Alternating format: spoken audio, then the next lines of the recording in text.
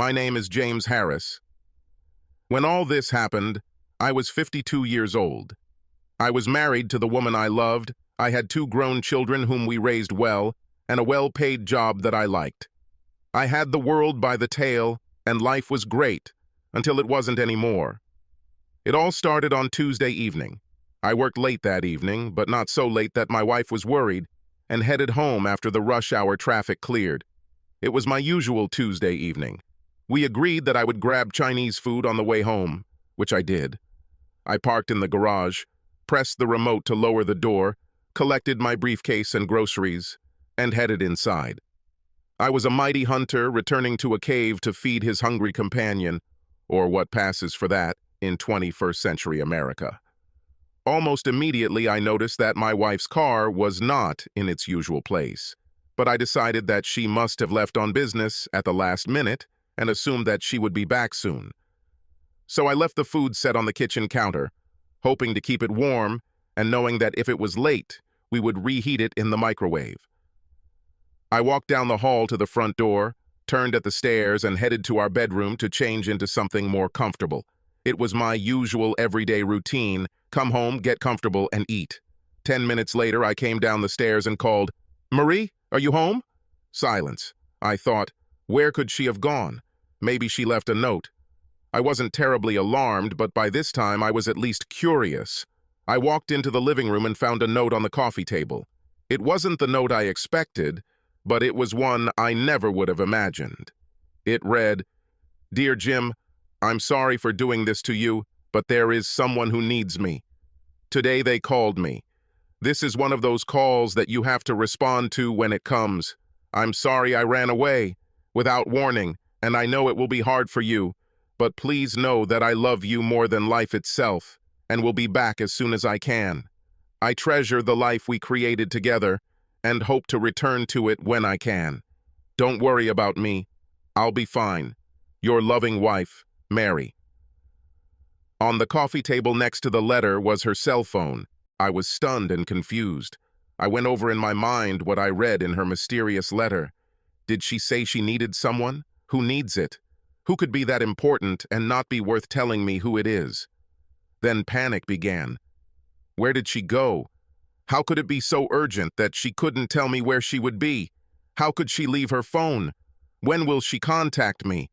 This was not the kind of note a wife leaves for her husband planning to return late that evening.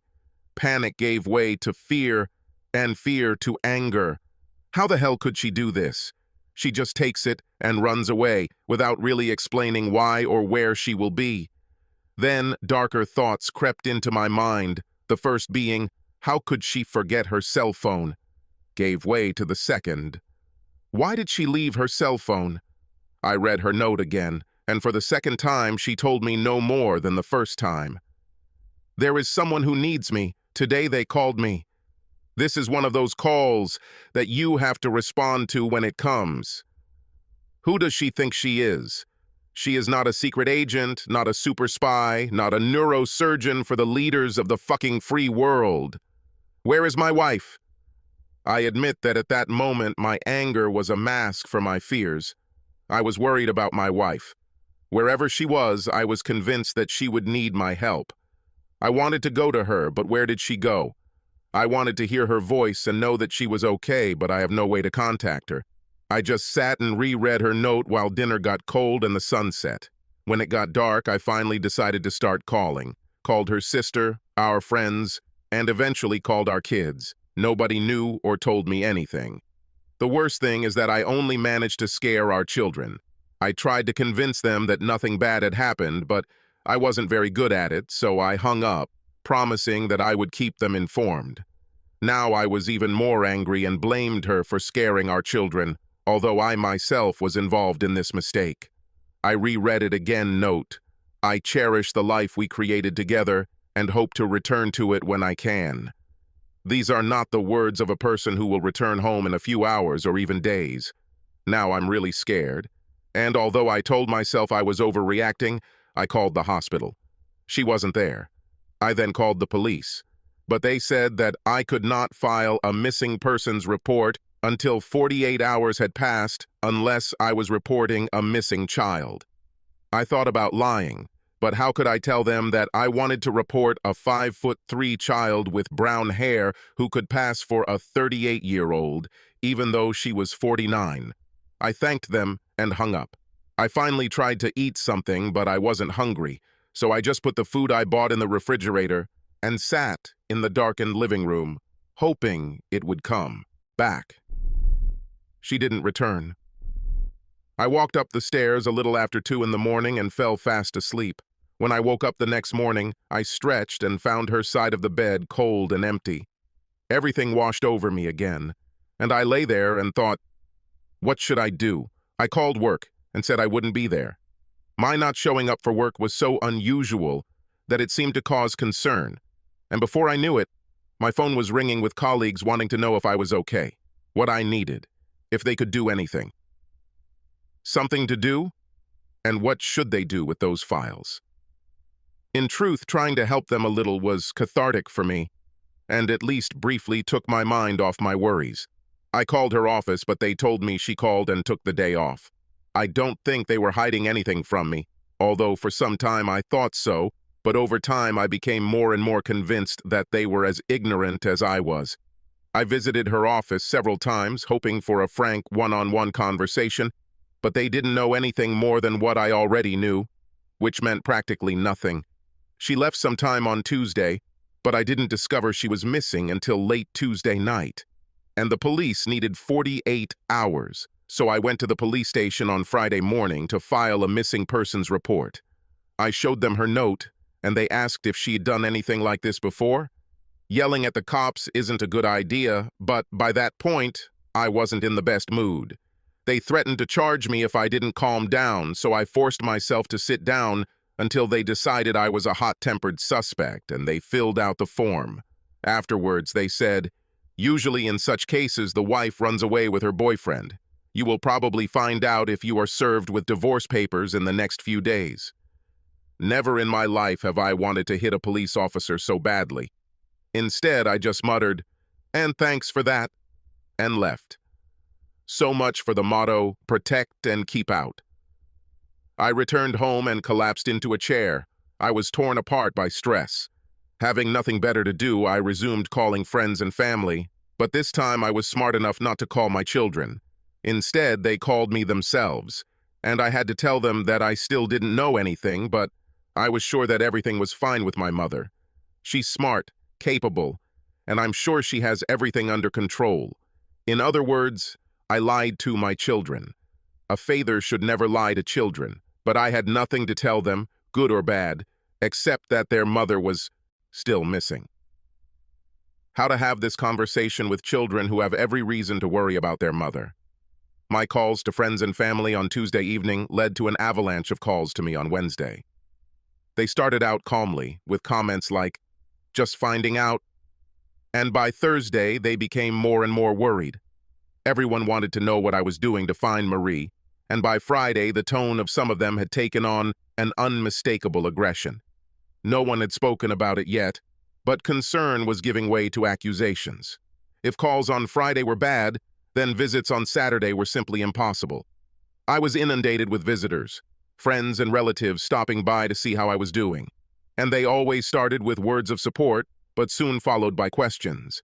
Were there any problems between you? Didn't you quarrel? Was she unhappy? What got me was when her mother asked, "Are you sure you don't know where she is?" I lost my temper and yelled at my mother-in-law for the first time in the entire time we met. "What nonsense are you talking about, Margaret? Are you accusing me of something? Do you really think I would lie about something like that?" No, Jim, of course not. It's just..." She paused. "Spit it out, Margaret. Just what?" She looked into my eyes, and with an angry look that I will remember until the day I die, she said, "She's just never done anything like this before." I shoved my anger and pain deep down where I hoped it wouldn't show up, and in the calmest voice I could muster, I said, "Do you think I don't know this?" By then, she was visibly shaking. Her husband said, "Jim, we know you're doing your best. Could you tell us what you know and maybe we can work something out?" I nodded. We sat in silence. And then I told them everything I knew, or rather, that I knew nothing. I showed them the note, and they were equal parts puzzled and concerned. The not-so-veiled accusations dropped, and we spent an hour bursting into tears, trying to come up with something, anything, that could explain Marie's sudden disappearance. But we had nothing. Henry and Margaret stayed until lunchtime while I prepared a light lunch for the three of us, or at least I thought it was three.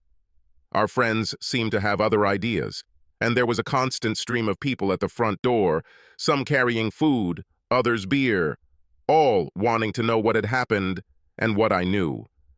At some point, I stopped telling this story. At this moment, Margaret and Henry intervened. To their credit, I was absolved of the blame, and she gave me high marks for being a concerned husband. I know that everyone had their suspicions deep down, but at least there was a feeling that I had support again. I was absolutely shocked as well-wisher after well-wisher sat down with me to express their support and concern. I encouraged everyone to contact the police if they thought of anything that could help, but I secretly thought that someone knew something that they weren't telling me and hoped that the information would reach the authorities even if I'll never know about it. As far as I could tell, no one knew anything, and other than a few supporters calling the police to ask if they had any leads, nothing happened for several weeks. That is, nothing happened for exactly 2 weeks. The police had my wife's car license along with the make and model and put it on their watch list for possible car thefts. Whenever I made a comment to someone like, "I hope they find her car so they can maybe find her," they looked at each other as if I didn't understand something. And I understood and knew what they were thinking about. She ran away, and there's a good chance she won't want to come home even if she's found. I tried to go to work, but I was useless there, and everyone told me to go home. Then I went home, and there I was just as useless. At first I sat and called. Then he drove around the area looking for her car. I even drove past her friends' houses, thinking that perhaps they were hiding her, although I could not imagine why. Day after day I worried, called, drove, alarmed the police, but achieved nothing. In a fit of desperation, I contacted my lawyer to ask what I should do, and he connected me with a private investigator. Officially, the police said that this is my right. Unofficially, I could see that they didn't like it. I was told that private investigators usually interfere with the official investigation. So I asked them, "What do you have at the moment?" They didn't have anything, so I told them in what could politely be called frank that I didn't think a private investigator would stop them from finding anything. They didn't like it, but they also couldn't object. The private detective was expensive and returned with exactly the same thing that the police already had. Nothing. As I said, this happened 2 weeks after Marie disappeared. I still did the same things, calling, driving, and watching the news, but I also started checking Marie's social media, her credit card activity, and our bank accounts. There was nothing on the card, but 2 weeks later the money was withdrawn from an ATM in a city 200 miles away. I immediately called the police and informed them about this. This got their attention, and within half an hour, 2 detectives were standing at my door, and the suspicions began again. Finally, I looked them in the eye, and in the calmest voice I could muster, which in retrospect was only one small step away from rage, I said, "No, I didn't go there and didn't use that car. All this time I was here in the city. Khaled friends drove around looking for her car and did a hell of a lot more than any of you. Now you have a lead, so get off your fat asses and follow it." They clearly didn't like me very much, and just as clearly I didn't care. But after half an hour of assurances and veiled accusations, they left. To their credit, they nevertheless contacted the police of that city and gave them information about the search for Marie and her car. 2 days later, her car was found in the hospital parking lot. The local police called me and said, "Don't do anything. Let us do everything." I answered, "Hell no," and went. A little over 3 hours later, I pulled into this parking lot. It took about 2 minutes to find her car, but it seemed like 2 hours. I also noticed 2 people in suits in a car just yelling "cops," so I parked and walked up to them. I think they were waiting for me. I showed them my driver's license and said, "Show me your badges." They looked at each other and, being dissatisfied, still did as I asked. I got down on my knees and asked him to tell me what they knew, but all they knew was that they had the car and no one had approached it since they got there. When I said that I was going to go and ask about my wife, they said that they had already asked. I thanked them with all the fake sincerity I could muster and told them I was going to do it anyway. My tension was growing quickly, and I had no intention of making friends here. The hospital receptionist didn't know my wife's name and didn't know anything about the car parked on the street. So I decided to join in the surveillance. I had nothing to hide, and everything was profitable, so I asked it to sit in the back seat of their car. This may have been the first time I surprised a policeman since this all started, but they agreed, and I joined them. We talked for the next hour, and I briefly told them what little I knew. When their shift ended, and it was time for them to leave, they agreed to let me keep an eye on the car, but they made one thing clear.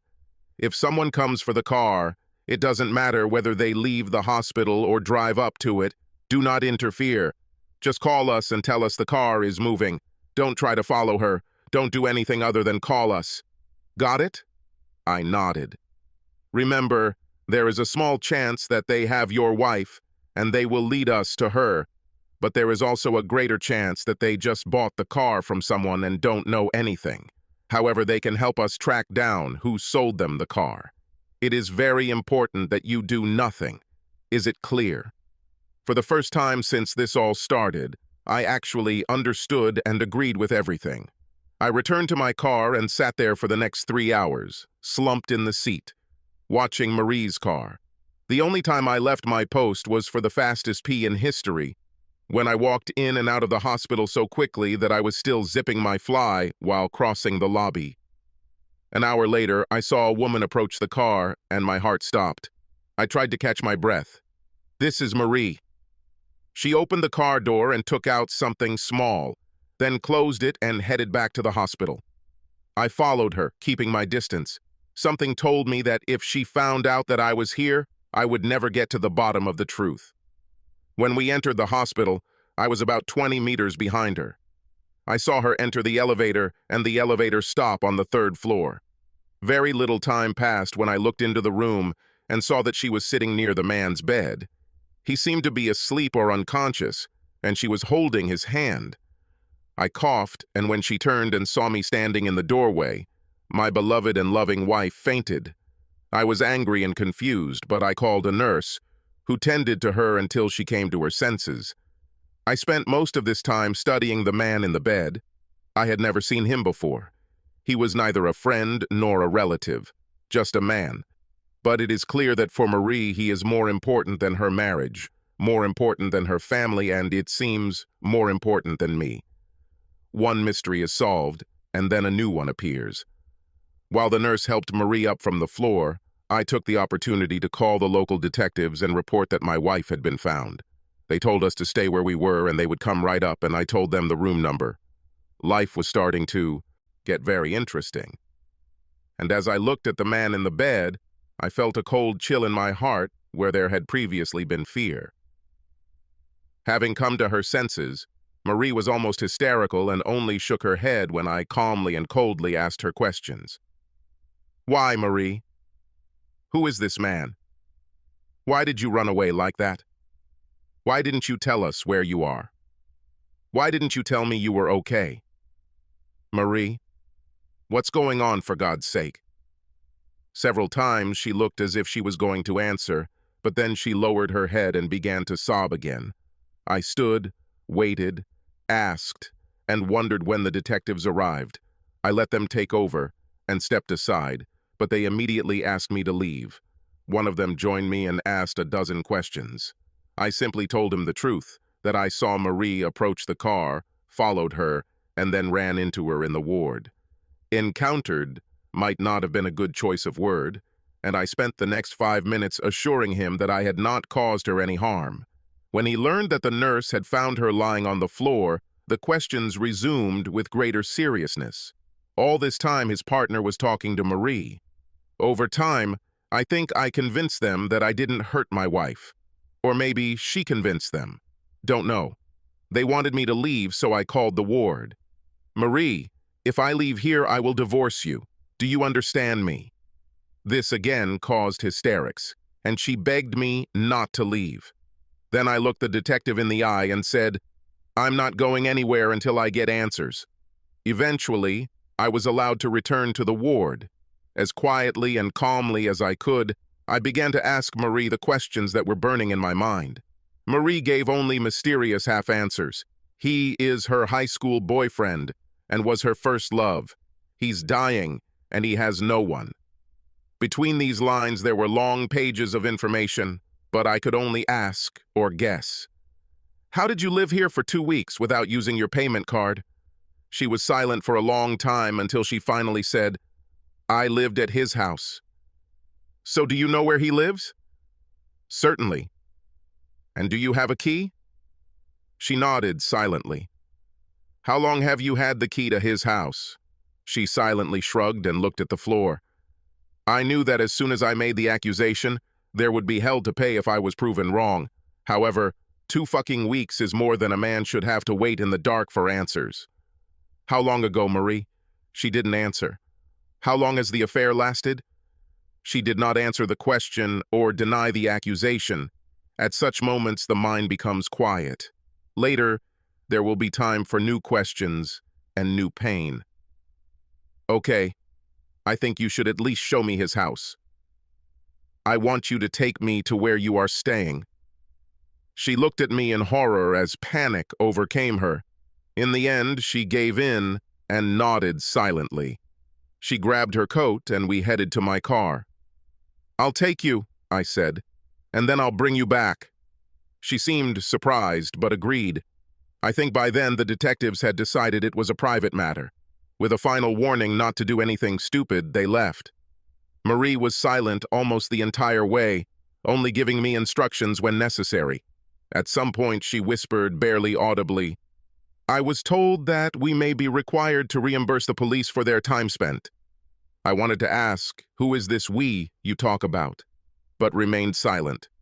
Only God knows what my pulse and blood pressure were. I could barely stand. As we pulled into the short driveway in front of the townhouse, I realized that inside, I would most likely find the answers to my questions. Marie led us into the house, and as I walked through the living room, I immediately noticed a pair of my wife's shoes on the floor by the sofa. Her favorite scarf lay on the chair. I wandered down the corridor when Marie called, James, please don't go there. If ever a wife's words backfired, this was it.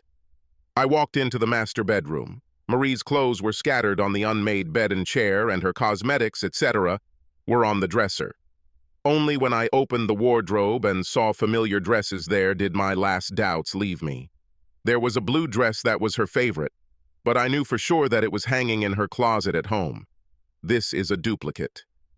And there were several pairs of shoes that seemed to be her size and style that she liked. She didn't pack this for the trip. These are the things she kept here.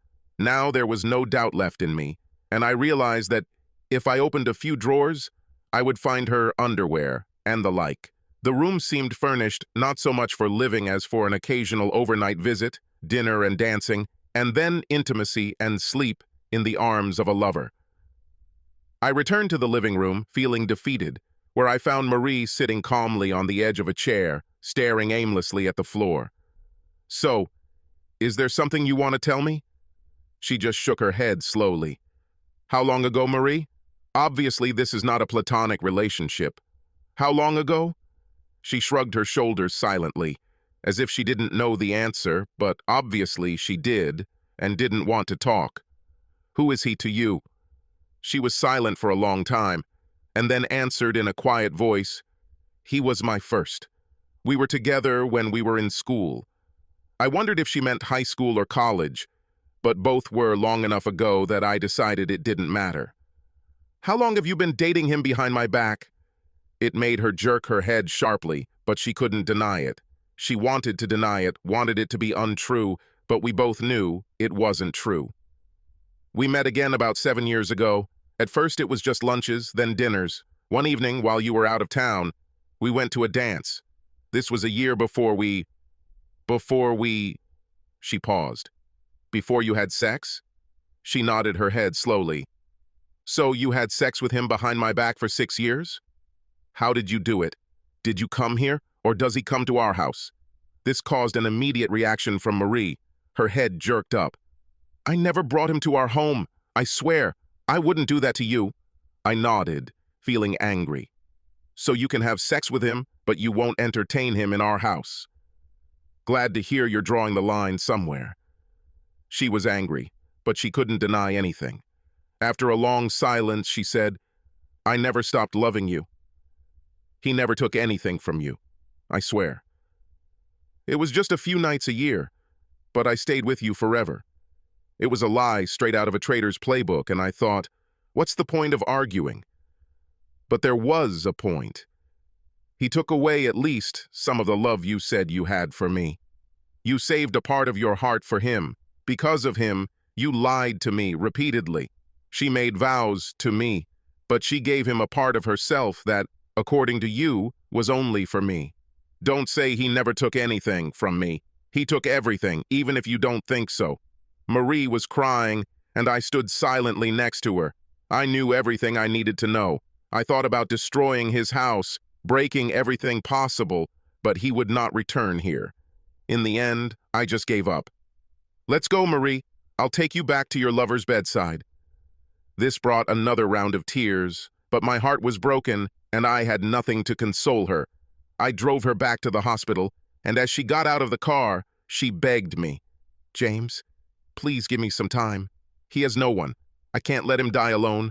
I'll be back home soon. The last phrase caused a short sob. I'll be home soon, and we can get back to our life together. Please, I love you, I swear. I nodded silently and released her, saying that he was waiting for her. I think by that time she already realized that everything was over between us. I drove slowly home for 4 hours and don't remember any of it. I was devastated. 2 weeks of stress and worry, all these friends and relatives telling me not to lose hope. And now I found out that all this time she was with her lover. I was exhausted both physically and emotionally. I only managed to stumble into the house and sit down in my favorite chair. I don't know how long it took before the first call rang. It was her parents, and they wanted to know where I had been and if I had learned anything. And then I realized that I had traveled 200 miles without saying a word to anyone. I didn't think long about saving Marie the embarrassment, but apparently I had spent the last of my manly love for the woman who had betrayed me for many years. So I told Henry and Margaret everything. They didn't want to believe it until I described what I found in his house. At that moment, it didn't matter whether they believed me or not. My marriage was over. I knew it without having to think about it. This is a fact that burst from the depths of my soul, crushed my heart and consumed me. It's over between me and Marie. She loves another man, and I'm not one to share. Even worse, she spent years lying to me, going behind my back, and giving herself to him. This is not a mistake. This is a life of betrayal, and we cannot return to this. I called her friends to tell them the news, and didn't regret anything. He restrained his anger as best he could, but he didn't lie for her sake.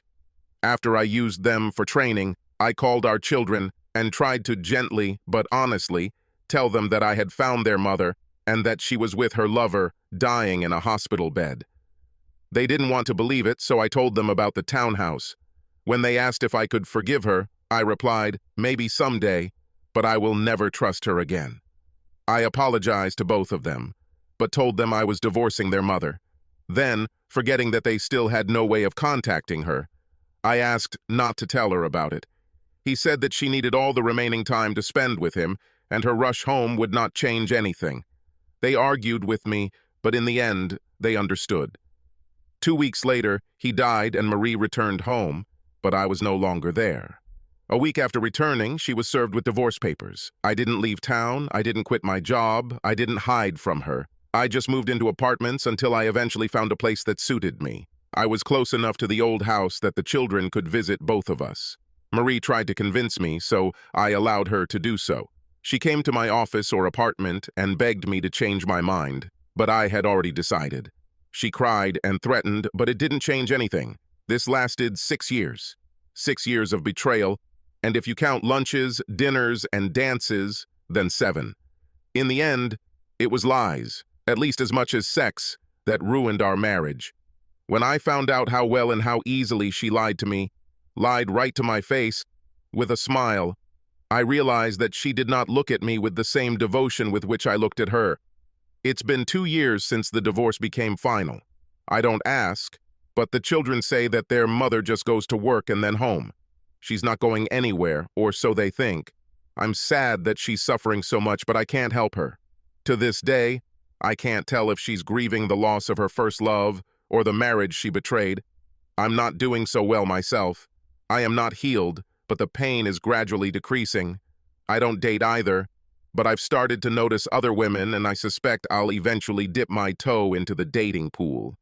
I am far from trusting another woman outside of a professional environment. I will never know why she betrayed me, what she was missing, what I couldn't give her, or how she justified her behavior. I guess I could ask, but what's the point? This is her decision, and she somehow came to terms with it at that moment. I never told anyone about this because I doubt they would believe me even now, but I never learned his name. There was a man on his deathbed and a townhouse where my wife played family when they were together. That's enough for me. You cannot take revenge on a dead person, and I realized that I could not forgive my wife